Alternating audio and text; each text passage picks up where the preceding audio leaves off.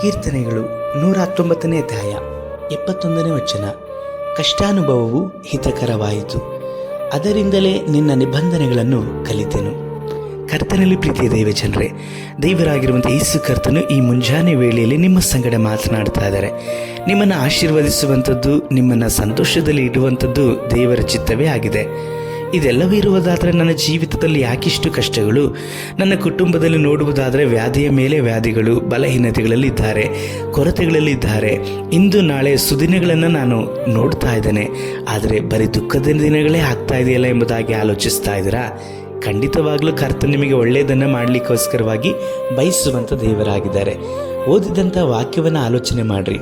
ಕಷ್ಟಗಳು ಹಿತಕರವಾಗಿ ಆಗುವ ಹಾಗೆ ಕರ್ತನು ಮಾರ್ಪಡಿಸುವವರಾಗಿದ್ದಾರೆ. ಕೆಲವೊಂದು ಕಷ್ಟಗಳಿಂದ ನೀವು ಅನುಭವಗಳನ್ನು ಹೊಂದಿಕೊಳ್ಳುತ್ತೀರಿ. ಈ ಅನುಭವಗಳು ನಿಮ್ಮ ಜೀವಿತದಲ್ಲಿ ಸಂತೋಷವನ್ನು ಸವಿಯುವಂತೆ ಮಾತ್ರವಲ್ಲದೆ ಕರ್ತನಿಗೆ ನೀವು ಸಾಕ್ಷಿಯಾಗಿ ನಿಲ್ಲುವ ಹಾಗೆ ಮಾಡಲ್ಪಡ್ತದೆ. ನೀವು ದೇವರ ಆಜ್ಞೆಗಳನ್ನು ಕೈಗೊಂಡು ನಡೆಯುವ ಹಾಗೆಯೂ ಸಹ ಈ ಕಷ್ಟಪಾಡುಗಳು ನಿಮ್ಮನ್ನು ನಡೆಸಲ್ಪಡ್ತದೆ. ಕೆಲವೊಂದು ಸಮಯದಲ್ಲಿ ದೇವರ ವಾಕ್ಯಗಳನ್ನು ಕೈಗೊಂಡು ನಡೆಯದೇ ಇದ್ದದರಿಂದಲೇ ನಮಗೆ ದೊಡ್ಡ ಸಮಸ್ಯೆಗಳು ಉಂಟಾಗುವಂಥದ್ದು.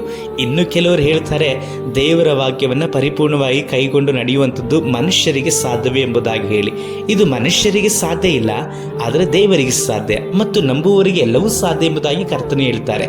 ನೀವು ದೇವರಾಗಿರುವಂಥ ಯೇಸು ಕರ್ತನ ಮೇಲೆ ನಂಬಿಕೆ ಇಟ್ಟಿರುವುದಾದರೆ ದೇವರ ವಾಕ್ಯಗಳನ್ನು ಅನುಸರಿಸಿ ನಡೀತೀರಿ.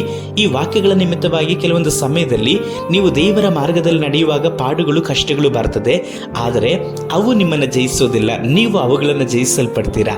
ಆಗ ಆ ಕಷ್ಟಗಳ ನಿಮಿತ್ತವಾಗಿ ನೀವು ಜಯಿಸಲ್ಪಟ್ಟಂಥ ಪಾಡುಗಳೆಲ್ಲವೂ ಸಹ ನಿಮಗೆ ಹಿತಕರವಾಗಿ ಆಗಲ್ಪಡ್ತದೆ. ಕರ್ತನು ನಮ್ಮನ್ನು ಬೆಂಕಿಯೊಳಗಿನಿಂದ ತೆಗೆದು ರಕ್ಷಿಸುವಂಥ ದೇವರಾಗಿ ಇದ್ದಾರೆ. ಅವರ ಚಿತ್ತ, ಅವರ ಉದ್ದೇಶ ನಮ್ಮನ್ನು ಬೆಂಕಿಯ ಒಳಗಡೆ ಬಿಟ್ಟು ನಾಶಪಡಿಸಬೇಕೆಂಬುದಾಗಲ್ಲ. ಬೆಂಕಿಯೂ ಸಹ ನಿಮ್ಮನ್ನು ದಹಿಸದ ಹಾಗೆ ಅವರು ಮಾಡಲಿಕ್ಕೆ ಶಕ್ತನಾಗಿ ಇದ್ದಾರೆ. ಆದ ಕಾರಣ ನಿಮ್ಮ ಜೀವಿತದಲ್ಲಿರುವಂಥ ಕಷ್ಟಗಳನ್ನು ನೋಡಿ, ಪರಿಸ್ಥಿತಿಗಳನ್ನು ನೋಡಿ ಸೋತು ಹೋಗಬೇಡ್ರಿ. ಒಂದನ್ನು ದೇವರು ನೆನಪಿಸಲಿಕ್ಕೋಸ್ಕರವಾಗಿ ಆಲೋಚನೆ ಕೊಡ್ತಾ ಇದ್ದಾರೆ. ನೀವು ಕೆಲವು ವಿಷಯಗಳ ದೇವರ ಜೊತೆಯಲ್ಲಿ ಒಡಂಬಡಿಕೆ ಮಾಡಿಕೊಂಡಿದ್ದೀರಿ, ಮಾತು ಕೊಟ್ಟಿದ್ದೀರಿ. ಕೆಲವು ಕಾರ್ಯಗಳ ವಿಷಯದಲ್ಲಿ ನೀವು ನಂಬಿಗಸ್ತರಾಗಲಿಕ್ಕಾಗಿ ಕರ್ತನಿಗೆ ಒಪ್ಪಿಸಿಕೊಟ್ಟಾಗಿಯೂ ಸಹ ನೀವು ಆ ಮಾತುಗಳಲ್ಲಿ ಸೋತು ಬಿಟ್ಟಿದ್ದೀರಿ, ಅಂದರೆ ಮಾತು ತಪ್ಪಿದ್ದೀರಿ. ಹಿಂದೆ ದೇವರು ಹೇಳ್ತಾರೆ, ತಿರುಗಿ ಆ ಕಾರ್ಯಗಳಿಗೆ ಕರ್ತನಿಗೆ ಕೈಗಳಿಗೆ ಒಪ್ಪಿಸಿಕೊಡ್ರಿ. ನೀವು ದೇವರಿಗೆ ಏನನ್ನು ಮಾತು ಕೊಟ್ಟಿದ್ದೀರೋ ಅದನ್ನು ನೆರವೇರಿಸಲಿಕ್ಕಾಗಿ ನಿಮ್ಮನ್ನು ಬಿಟ್ಟುಕೊಡ್ರಿ. ದೇವರೇ ಅದಕ್ಕಾಗಿ ನನಗೆ ಸಹಾಯ ಮಾಡ್ರಿ ಎಂಬುದಾಗಿ ಹೇಳಿ. ನಿಮ್ಮ ಕಷ್ಟಗಳೆಲ್ಲವೂ ಸಹ ಹಿತಕರವಾಗಿ, ಸುಖಕರವಾಗಿ ಕರ್ತನು ಮಾರ್ಪಡಿಸ್ತಾರೆ. ನಾವು ಪ್ರಾರ್ಥಿಸೋಣ. ಸರ್ವಶಕ್ತನಾದ ದೇವರೇ, ಈ ವಾಕ್ಯವನ್ನು ಕೇಳುತ್ತಿರುವಂಥ ಒಬ್ಬೊಬ್ಬರ ಜೀವಿತದಲ್ಲಿರುವಂಥ ಕಷ್ಟಗಳು ಮಾರ್ಪಾಡಾಗಲಿ. ಅವರು ನಿಮ್ಮ ನುಡಿಗಳನ್ನು ಕೈಗೊಂಡು ನಡೆಯುವ ಹಾಗೆ, ನಿಮಗೆ ಮಾತು ಕೊಟ್ಟಂಥ ವಿಷಯದಲ್ಲಿ ನೆರವೇರಿಸುವ ಹಾಗೆಯೂ ಸಹಾಯಿಸಿರಿ. ಯೇಸು ಕರ್ತನ ನಾಮದಲ್ಲಿ ತಂದೆಯೇ, ಆಮೇನ್.